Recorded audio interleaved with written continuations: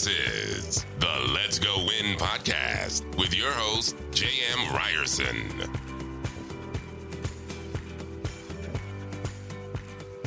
What is happening? Welcome back to Let's Go Win podcast. I am J.M. Ryerson for Tuesday Tune-Up, and to my right, I have my lovely co-host. Good morning. It's Lisa Ryerson. So today we are talking about something that I do a lot. I don't even know if you do this. I should know this, but we are talking about daily reminders. So you guys know putting my goals always go on my bathroom mirror. What you may or may not know is I also put my daily reminders, and there happens to be 7 of them currently. But do you do this? I guess I've never asked you or really looked close enough to see. No, I like to be able to see myself in the mirror in the mornings and not have my mirror completely covered in paper, which is what his mirror looks like. No, but I do have in my notes, so I have a daily to-do list, right? I love lists. It's crazy, but it's the only way I can get through all my stuff for the day. So I have a daily notes list on my phone, but at the very top, I have a reminder of what I'm focusing on for that month. So for example, it could be for that month, love, like making sure I'm opening my heart that month. And then when I feel like I'm, on a good track with that and doing a really good job with it, then I'll switch it to something else, like patience, which I need a lot of patience. That one has been on my notes list for many a months. Then I'll switch to something else to focus on. Yeah, that's interesting because I do the same, but mine will be up there for years before I'll take them down. So I have 7 daily reminders. We'll go through them, kind of get your take on what you think, because the whole idea of these are eventually, I used to have 13. And then finally, 6 of those just became kind of part of who I was. And so I didn't have to remind myself to do it. It just naturally did. But these are the 7 areas. And I have another one that I want to already throw on. So next year I'll take one off, hopefully, and maybe it becomes 8 daily reminders, but it's 7. So the first one is have a growth mindset always. You know that's important to me in everything that I do. I try to always have that, but there are times where I catch myself not having a growth mindset. And it is something, for instance, technology, as you know, not necessarily my favorite thing to do. And so a lot of times I'll either play the dumb card or just say it's not my thing. And the truth is, it's not something I really enjoy, but it could be something if I truly had a growth mindset. So without judgment, do you have any thoughts on that? By the way, yes, it is important to have a growth mindset. I too have times where I'm not in that mindset for certain things because I'm like, nope. Don't want to do it. Don't like enjoying it, all that stuff. So anyhow, with the growth mindset with you and technology, it's pretty funny. You're actually getting really good at it. You don't know it, but have kind of pushed you into doing things and you're doing a great job. So keep it up, bud. Yeah, so maybe I need to figure out having a growth mindset because, for instance, quick side note, yesterday, fixing things. I'm not Mr. Handyman, but yesterday, I swear to you, everything was, oh, JM, you could build this. Oh, JM, you could fix this. Oh, JM. And yes, I can, but man, do I really, really, really not enjoy doing it. So maybe I have to work on my mindset. And we call you Daddy MacGyver now because you were so amazing yesterday. No one calls me that. She calls me that. It's not even true. My second one is be a leader at all times. And I don't think this one will ever come off. I think so often that in being a leader, sometimes you're being a follower too. That means to get in line. And so this is one I don't think will ever come off. But it is, as you know, with the daily affirmations with our kids, being a leader is just really important to me. That we show them that and that I hopefully show up that way in the world as well. So I don't know. Any thoughts? Yeah, I think that is a really, really important one for sure. That's something that I constantly remind myself of. Especially we're in a new neighborhood now. We're meeting a lot of awesome, amazing humans, but not all humans get along with each other, right? And so I will sometimes get from all sides, like people talking about other humans and those people talking about other, I mean, it's just, it's going to happen. And I always have to remind myself, like, I'm a leader and we're going to just push those to the side. Like, you know what? I see good in every single human and I stand up for every single person in our neighborhood. And so that's been a real, like, not fun, but it's been a challenge for me for sure. And I take it on as a challenge and I get really excited when I'm like, no, this is what I see. And, if somebody's talking bad about somebody, I go, this is what the good traits I see in that human. No, you're right. And that's not an easy one sometimes. And, to do, especially as you are meeting people and it's a natural conversation, not even talking bad, but just talking. Right. Yeah, no, that makes sense. My third one, respond, not react. Quite literally, the reason I did meditate was for this and still do for this, because believe it or not, most people think, oh, just calm.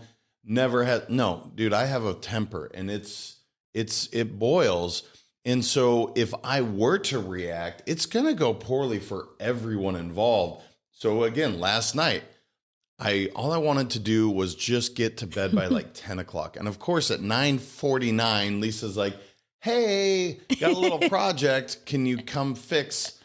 Let's go ahead and have to take apart the entire cabinet to fix this cord.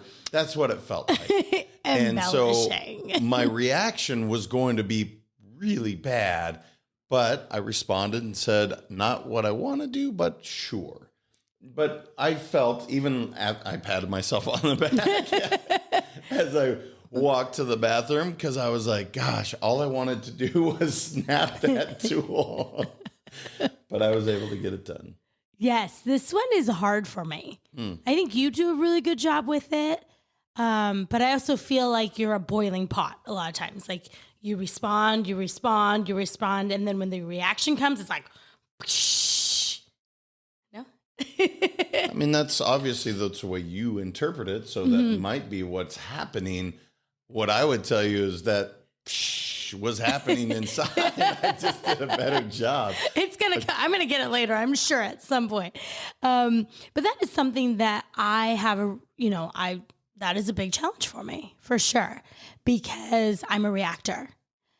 But what I'd have to say is that I react and then it's gone and it's out of my system and I move forward.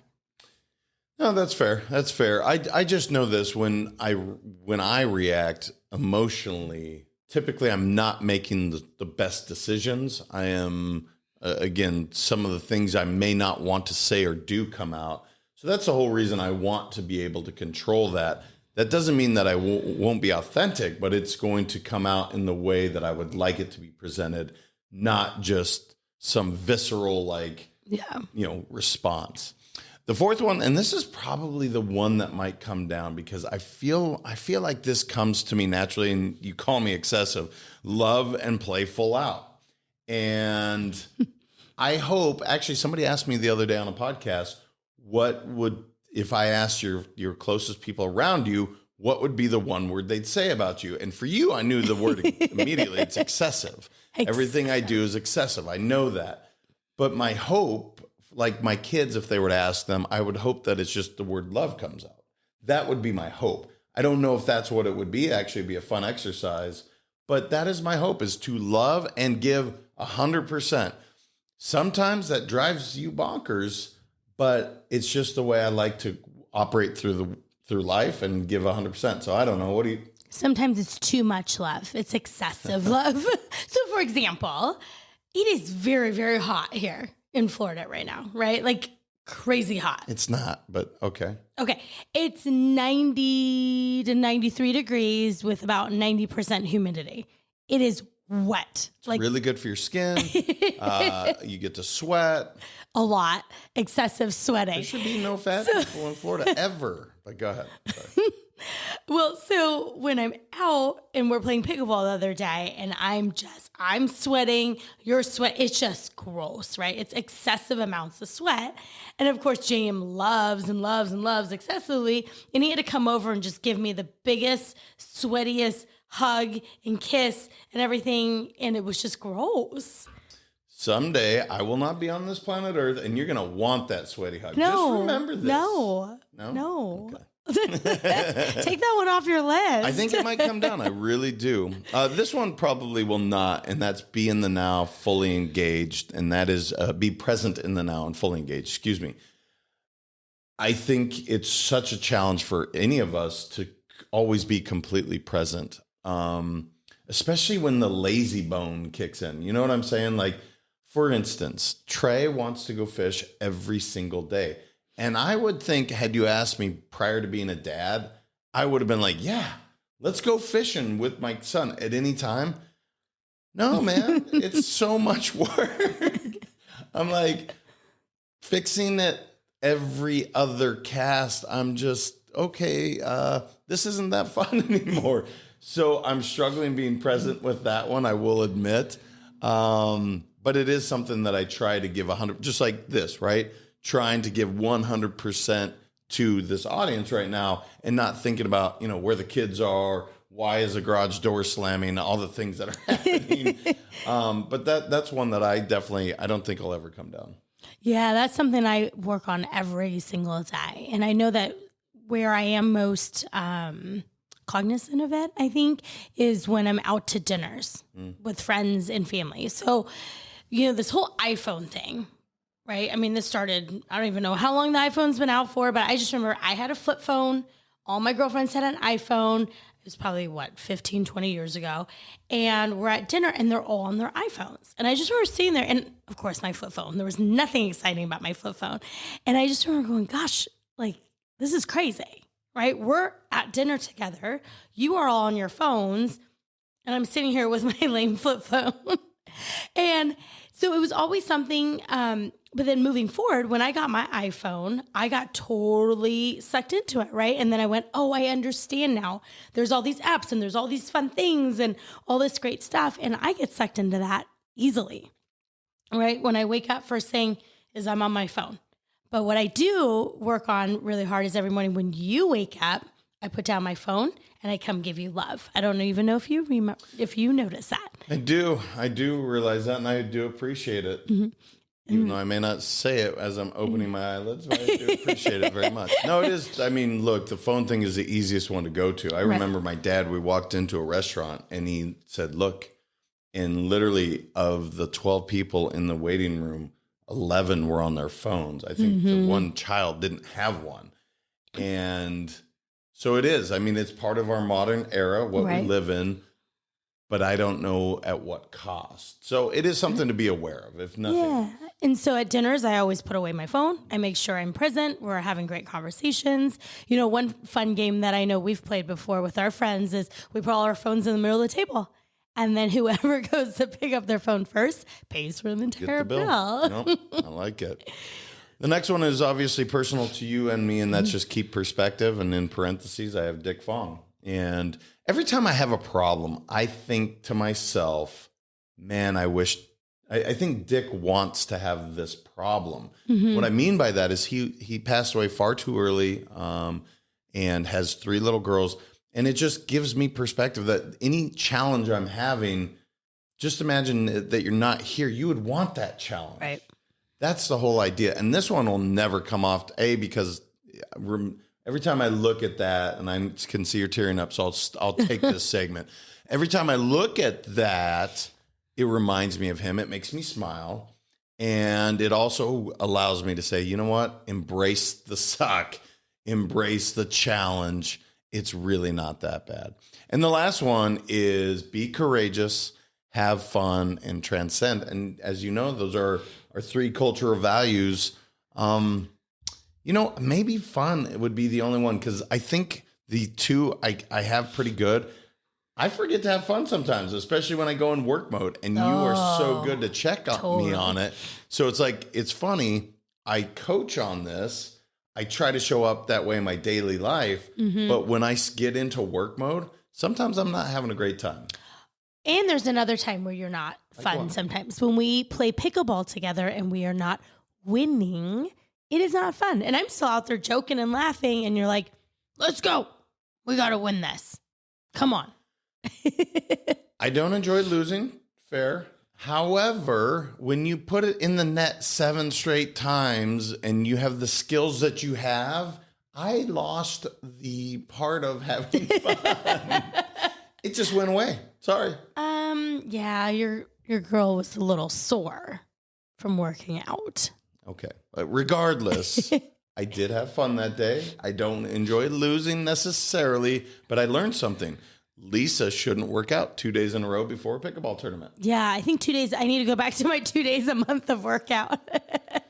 Anyway, the idea here, guys, is I call them the daily reminders, mantras. You can call it whatever you want. It's things that aren't necessarily innate to us, but they're the way that you want to show up in the world. These have been as important to me as the goals because, and I'm putting it out there so now everybody that sees me can check me on these things if I'm not doing it. But I like that. I like the accountability, and it's something that I do try to share, especially with the family, so they know, hey, these are the expectations I have for myself. That doesn't mean I'm always going to perform that way. In fact, I fail at this a lot, but it's the way I want to show up in the world. So I don't know. Any thoughts you have before we wrap up? Well, the perspective piece, I'm going to go back to that real fast because that one's really important to me. As most of you know, my brother did pass away at a very young age. And I feel like because of that, I know that every day is not a guarantee. So I truly try to live every day like it's my last day, right? Like, we're going to have fun at some point of the day. Now, not all days are going to be fun, obviously, but it definitely keeps perspective. And something that has helped me is helping others see that too. So for example, we had a neighbor and she was complaining about, basically she has to drive her kids all around. We all do, right? Any parent out there that has kids, you have to drive them, you Uber them around for free all day long. But what happens is that, she was kind of complaining about that. And I said, you know what? I go, how awesome is it that you get to do that for your children? Because there's people out there that can't have children, right? And she goes, oh my gosh, you're so right. Thank you for giving me that perspective. So it's really important to make sure to always keep perspective. No, no question about it. Mm-hmm. My ask for today, you guys, as we finish up, rate and review, please. For the podcast, we want to grow because we feel like we're bringing value. Those of you that do listen, tell us we are. So if you could, when you get off, if you liked it, rate, review it, share it with people, and let's get this podcast growing even bigger because it's truly the platform I love to do. And I drag Lisa along every Tuesday to do them as well. But until next time, you guys continue to transcend in life. We'll talk to you then. Thank you so much for listening. If this content is delivering value to you, please make sure to subscribe, rate, and review us. That helps us build this community, and that is what we are all about. Building this community as big as we can, helping as many people as we can, and deliver as much value as possible. Be sure to head over to letsgowinpodcast.com for information on my coaching courses, and make sure to follow us on Facebook, Instagram, and LinkedIn at Let's Go Win 365. Let's go win and transcend in life. This is the Let's Go Win podcast with your host, J.M. Ryerson.